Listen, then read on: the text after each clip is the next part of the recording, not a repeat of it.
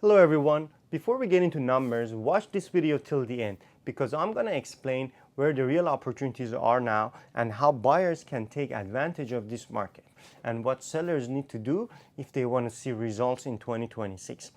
Today, I want to talk about what is actually happening in Toronto real estate right now. Because depending on who you're listening to, you're hearing one of two extremes. Either the market is about to fall apart or everything is about to bounce back really quickly this year.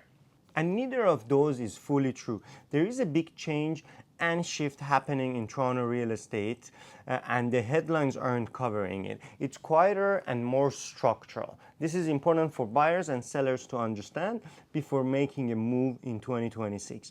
If you're buying or selling in Toronto, timing matters the most, but understanding the type of the market you're in matters even more.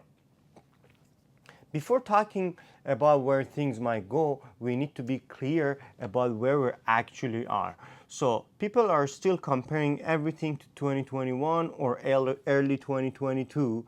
That period was not normal. We had cheap money, extreme urgency, and a lot of emotional decision making. Right now, sentiment has shifted, and that's causing a shift in the market that we're not used to. And December 2025 confirmed the shift very clearly.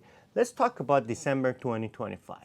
Sales across GTA finished the month at about 3,700 transactions. That's down roughly 9% compared to December the year before. So yes, activity was a lot lower than 2024. Prices tell a similar story. The average GTA prices in December came in just over $1 million.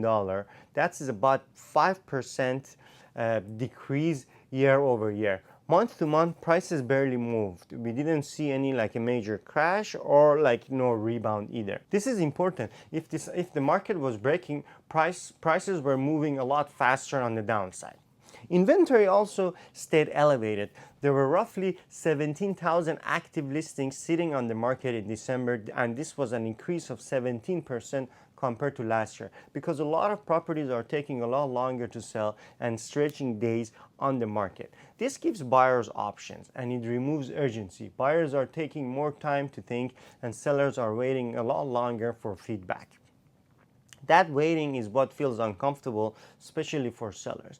Now let's compare November to December because this tells you a lot about momentum. In November 2025, we had just over 5,000 sales. In December, that dropped to about 3,700. This is a big drop, but December is always slower. 2 weeks out of a month, people are away and on holidays. The bigger takeaway is that the demand did not surge even with lower rates and more choices for buyers. Prices also softened month to month. November's average price was around $1,040,000. However, December dropped closer to $1,100,000.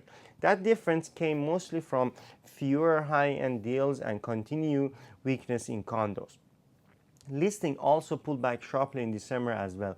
November had over 11,000 new listings and December had about 5,300 listings.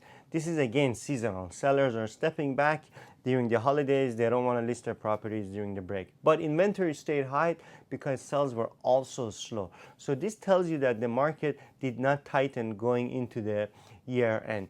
Now let's talk about the prices.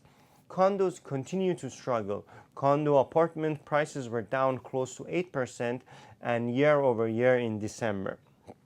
Investor demand is lower. Carrying costs are higher. Rent growth also slowed as well. This combination makes investing in condo not that attractive, and a lot of condos in the market are the investment type properties.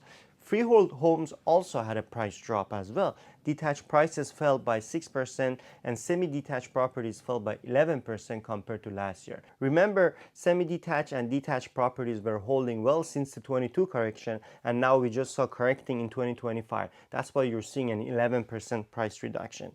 The thing is, though, good freehold homes still sell, but how they sell has changed. There's no rush, fewer offers, more conditions, and a lot more negotiation goes on into each deal. This is a market that rewards quality product in quality neighborhood with correct pricing. Let me tell you what this looks like on a day-to-day and boots on the ground information. A few years ago, a well-priced home in many Toronto neighborhoods would get multiple offers in a couple of days.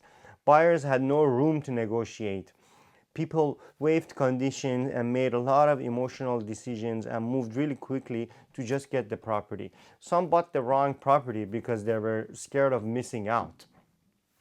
Today, good homes still sell. If a home is priced properly, presented well, it's clean, staged, and easy to show, it still moves. Gets a lot of showings and eventually there's an offer will come through. But the process looks a lot different. There are a lot fewer offers. There are a lot of conversations between the agents.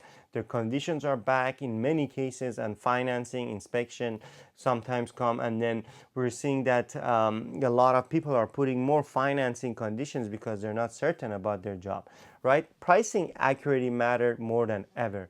Buyers ask better questions and sellers are waiting a lot longer to get feedback. That tells you more about the market than any headline. Here's the real change. Leverage is also shifting. Longer days on the market changes behavior. They give buyers time to think. They force sellers to be more realistic about their pricing as well. We see fewer homes selling far over asking, and we see more price adjustment before offers arrive. We see normal discussions around inspections, financing, and also timelines.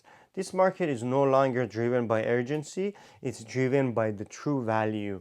In some areas, it behaves like a balanced market. In others, especially in condos, literally we know that we are in a deep buyer's market. Many people feel worse about the market than the numbers suggest though, because again, there is like a reason for this. Affordability still feels tight. Rates are higher than what people are used to, and everyday expenses takes a bigger share of people's income. Food, insurance, utilities, everything adds up. So emotionally, the market feels heavy, but heavy does not mean broken. The difference matters when you make a decision. Mortgage renewals are another important piece. Many homeowners will renew loans taken at much lower rates this year. This does not mean forced selling across the board, but we're going to see some of these homeowners listing their properties because their operating costs is going up. Some people are downsizing, some sell earlier than planned, and some are have to adjust their spending. This will add again more supply to the market. For buyers, this market is very different from a few years ago. You don't need to rush, you don't need to compete, and you don't need to remove condition and go firm on every deal. But you need to be prepared, because good properties in desirable areas still sell, and if price is right, believe it or not, it sells quickly. The buyers who succeed are the ones who understand value, risk, and numbers, the prepared ones. This is where opportunity exists to snatch up good deals that for sure will make you money in a couple of years. For sellers, the adjustment is mostly mental. The force of the market is not behind you anymore. That you put up your house for sale and without anything, it would sell and you would get multiple offers. Presentations, preparation, strategy matters again. Homes priced correctly still sell. Homes priced based on last year or peak prices sit and chase the market down. And as sellers, you never want to chase the market down. You want to catch the market as it's coming down. You price it just a bit lower to catch the market. This is a conversation I have often. Forget pricing from 6 months ago, price for today. This is extremely important. You never ever want to chase the market. I had a lot of bad experience with sellers chasing the market and couldn't end up selling even without massive discounts because the market was already down. As we move into 2026, market rewards patience and planning. Buyers who know their numbers will gain leverage, and sellers who respect the force of the market will get activity. This is not a market for emotion for sellers and buyers. The more logical you are, the more successful you're going to be in this market. Fundamentals are back, and this includes investing as well. This is the real change. Bottom line, is the big change coming in Toronto real estate? Yes, it's coming in Toronto real estate market, but not the dramatic one people are predicting. There's not going to be like a massive crash that we're seeing. The real change is the shift away from emotional decision makings and toward fundamental and logical decision makings. For buyers, this creates opportunity. For sellers, it demands strategy, and you need to make sure you work with a competent person. If you're trying to decide whether to buy or sell or wait in 2026, clarity matters more than a lot of noise. Do not rely on headlines because that's just driven by emotion. Talk with someone who works in this market every day and understand the numbers and what they actually mean. If this helped you, please subscribe. And if you feel frozen and not sure what to do with your decision making, get in touch with me and I'll be happy to walk you through the stats and come up with the game plan.